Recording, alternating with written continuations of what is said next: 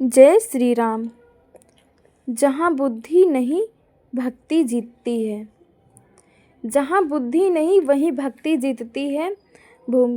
हे श्रोता बंधुओं, आज की यह कथा हमें यह सिखाने वाली है कि भगवान को पाने के लिए ना तो विद्या चाहिए, ना धन चाहिए, ना चतुराई चाहिए, चाहिए तो केवल एक भोला सच्चा हृदय।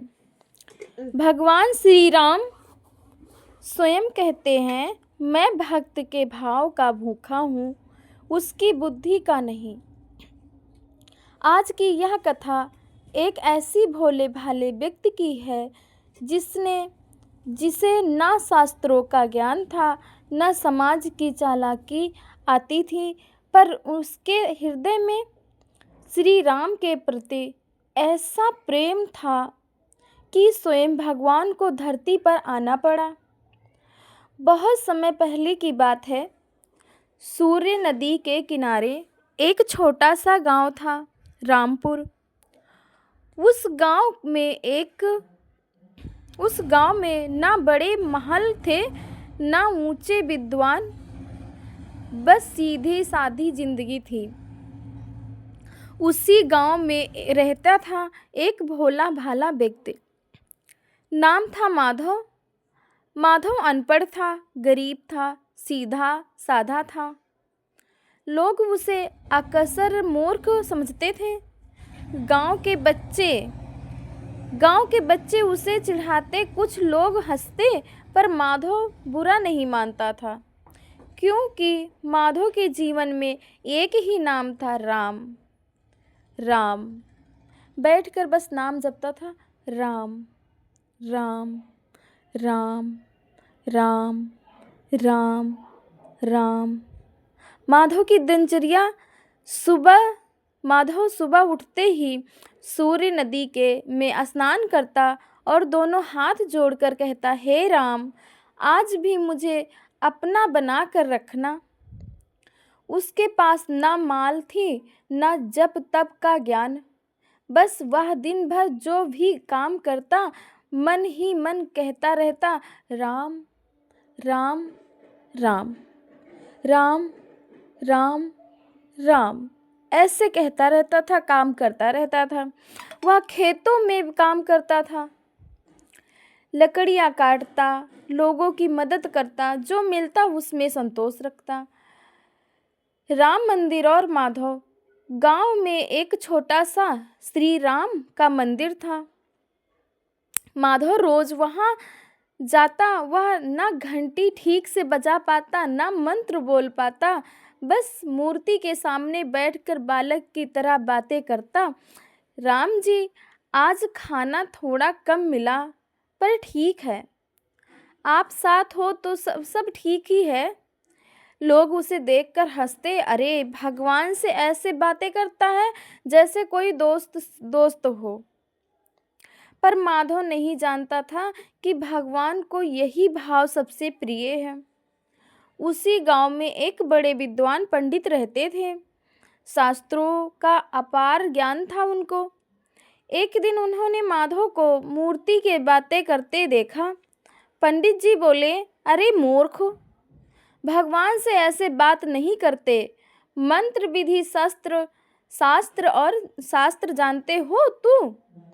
माधव डर गया, आंखों में आंसू आ गए। वह बोला, मुझे कुछ नहीं आता पंडित जी, बस राम से प्रेम है, इतना ही मुझे आता है।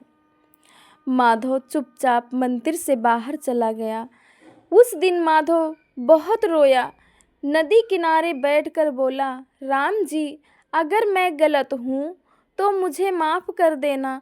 मुझे कुछ नहीं आता, बस आप ही मेरे अपने हो, फिर मैं बात किससे करूं? उसे भोले व्यक्ति के आंसू धरती पर गिरे और वे आंसू सीधे बैकुंठ पहुँचे। बैकुंठ में भगवान श्री राम मुस्कुराए। उन्होंने कहा, जहाँ मेरा नाम पर आंसू बहते हैं, वहाँ मैं कैसे न जाऊं? भगवान ने निश्चय किया, माधव की परीक्षा नहीं, उसके प्रेम की लाज रखने स्वयं जाऊंगा। एक दिन गांव में एक साधारण वेशधारी पुरुष आया। धनुष नहीं, राजसी वस्त्र नहीं, बस एक तपस्वी जैसा। उन्होंने सीधे माधव के घर का रास्ता पूछा। लोगों ने हंसते हुए कहा, अरे उस मूर्ख के पास क्यों जा रहे हो? राम मुस्कुराए। माधव अपनी झोपड़ी के बाहर सूखी रोटी खा रहा था। उसने अतिथि को देखा तो तुरंत खड़ा हो गया। आइए महाराज, मेरे पास कुछ खास तो नहीं है, पर दिल से स्वागत है आपका। उसने अपनी आधी रोटी अतिथि को दे दी। राम जी की आंखें भर आईं और भोलेपन की प्रकाष्ठा। श्री राम बोले, हे माधव, तुम मुझसे कुछ मांग लो। माधव बोला, अगर आप बुरा ना माने तो बस इतना कि आप कभी मुझे छोड़कर मत जाइयो। यह सुनकर भगवान श्री राम भावुक हो गए। राम जी ने अपना दिव्य स्वरूप दिखाया। माधव डर गया, भूमि पर गिर पड़ा। प्रभु, मैं तो आपको पहचान ना सका। राम ने उसे उठाया। माधव, तू ही मुझे पहचानने वाला था, दुनिया ने नहीं। भगवान श्री राम बोले, भोलेपन में शक्ति है, सच्चा प्रेम सबसे बड़ा तप है, अहंकार से ज्ञान व्यर्थ है। राम जी बोले, माधव, आज से जहाँ तू रहेगा वहीं मेरे उपस्थिति रहेगी। कहा जाता है उस गांव में आज भी अद्भुत शांति है। भोला हृदय भगवान को प्रिय, ज्ञान बिना भक्ति अधूरा, प्रेम से भगवान बंध जाते हैं। जय श्री राम, जय श्री राम। अगर जो ये कथा आप लोग को पसंद आई हो तो मेरे चैनल को लाइक और सब्सक्राइब ज़रूर करना। ऐसे के ही ज्ञानवर्धक कहानियों को मैं लेके आती रहती हूँ। राधे राधे। जय श्री कृष्णा, जय श्री राम, जय श्री राम, जय श्री राम।